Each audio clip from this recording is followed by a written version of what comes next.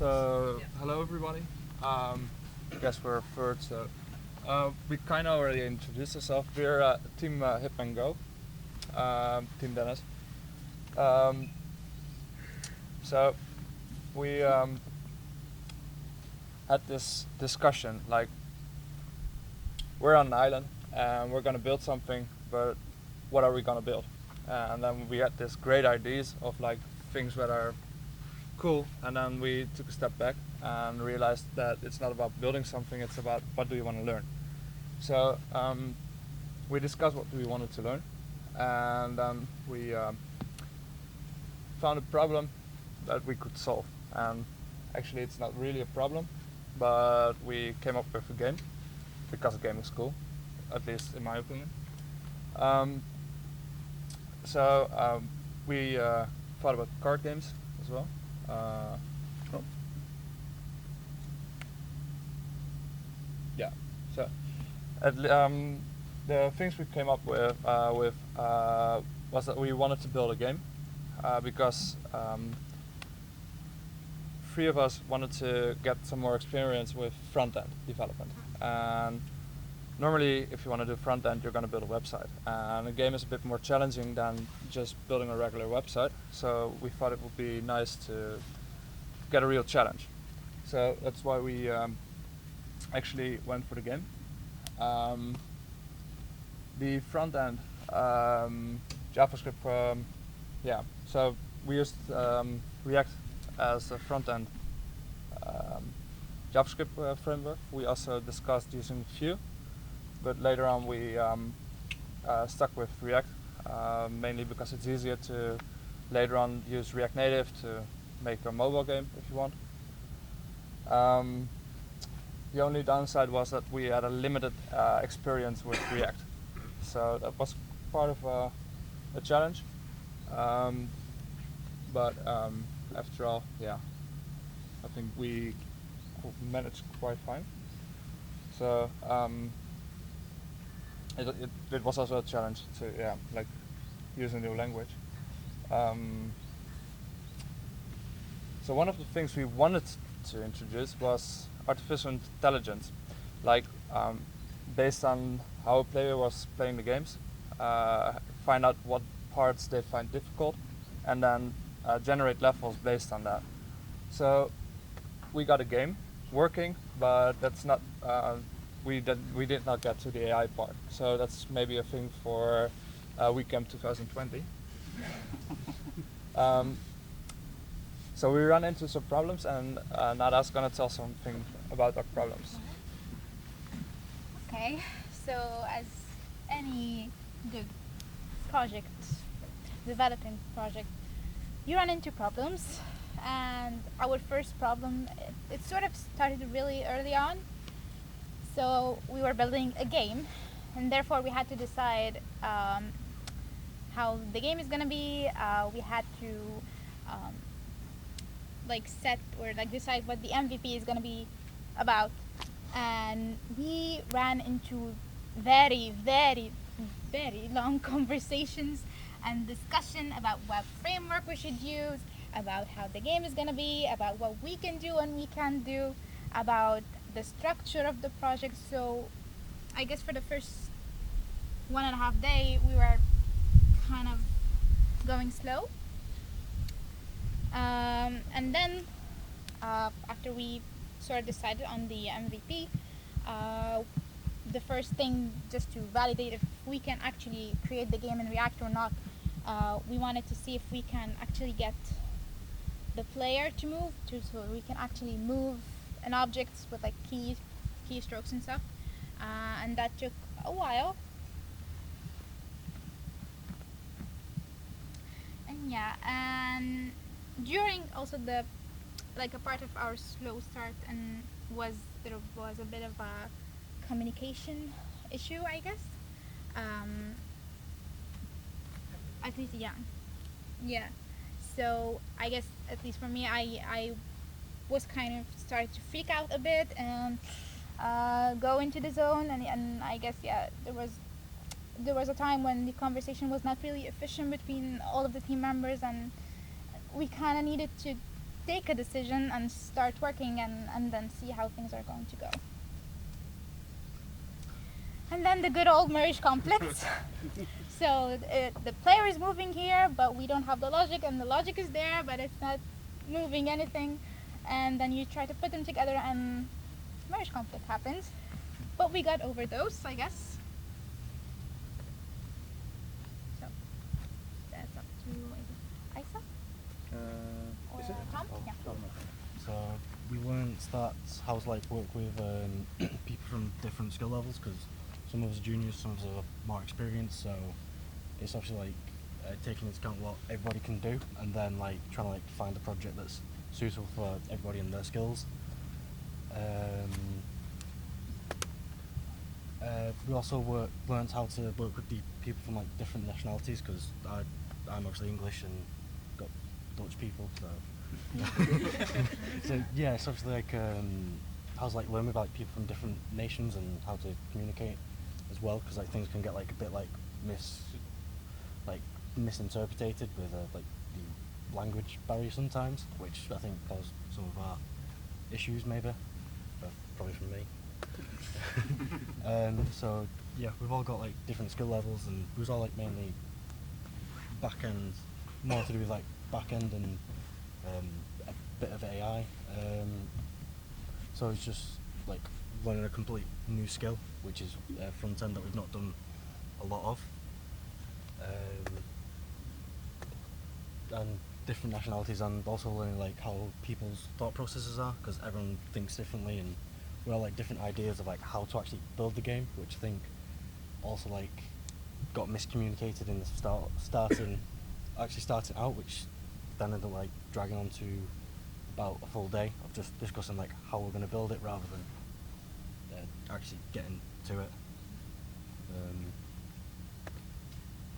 And learned a little about React as well, which was the main goal, to learn something to do with the front end, so it was quite cool. Yeah. So I'm going to show you our project, but first I'm going to show you if it's readable. It's not readable, right? Nope. No. Should I show it? Zoom I'm in. going to try anyway. So what we did, sorry? Yeah, but I need the folders more than the code, actually. Yeah, so what we did, we made a separate domain layer, which will contain all the game logic. So it will tell us how the map looks, how the players look. What are you going to do? No, No. it's trying to control scroll, but it isn't. No, it doesn't work on this side. And completely separated from the display, which is a React thing to do. And this will actually save a lot of merge conflicts, of course, solve a lot of merge conflicts, because you will either working in the way the game works or in the way the game displays. We try to divide the work a bit like that, and but as soon as the display worked, then everybody started to work on the game. It's a React game. We didn't make a Docker component, container or anything, so I'm just gonna start it in my local machine.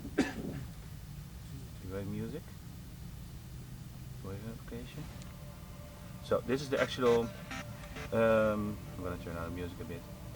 This is the first MVP level we made. We made a very small 3x3 level just to see if we can draw the tiles, if we can draw the player, if we can draw an enemy, if we can draw a goal, and see if we can move them around a little bit. We worked on solving a level, then loading the second level dynamically. We didn't get to it.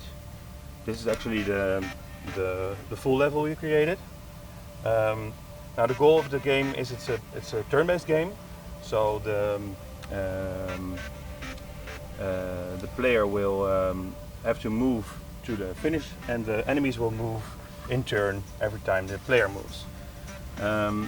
We've created three different players in this one. We have another one that just does random movements, but these actually do directional movements.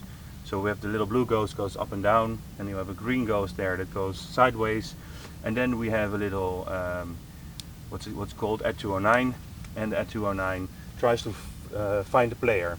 So he tries to get closer to the player by decreasing its vertical position and then its horizontal position.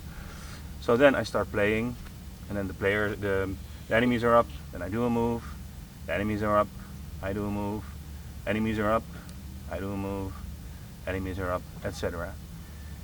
And the goal of the game, oh, I die because at 209 was right next to me, and he caught me.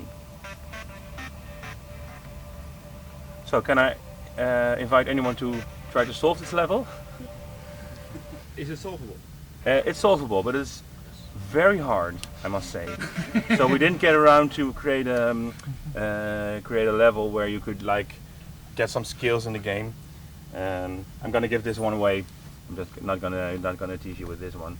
So the idea is that we have at 209 he's following me, and oh, I die already. At 209 is following me, and I must make sure he gets stuck somewhere because he's following me in a very specific, simple, intelligent way. So what I'm going to do is I'm going to try to get him to get stuck somewhere in the level. And his behavior is, if you are higher than me, I will follow you up. If you are besides me, I will follow you sideways, but up before sideways. And if he, so now he would like to get closer to me, but he can't because the path is open here, right? And then he will do a random move.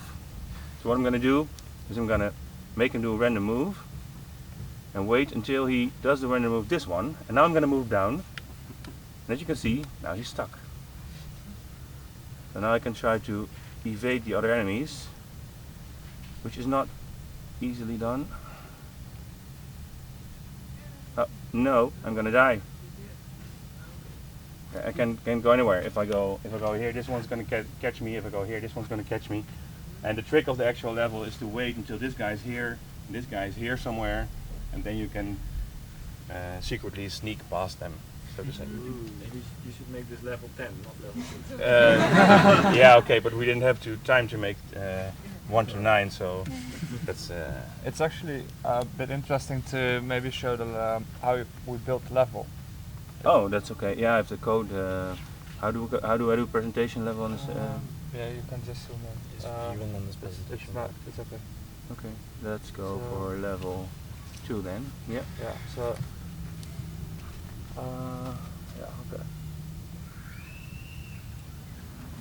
So what we have done is we've created a Java object, a Java class with JavaScript. Yeah. Sorry. Yeah. Okay. With variables in it. So we have a zoom level, and the zoom level defines how big the map is drawn. And we also have the map, the tiles. So there are 16 possibilities. Like you can move up, you can move to the right, down, and left. And we translated it to a hexadecimal number. And we actually made it possible that you just give a hexadecimal number and then draw them up this way. So this is actually the map. So if you change the number, it will change the map. You can choose a starting position and set the objective. And here you can say what kind of enemies you want in the map. So in this way you can easily create new levels.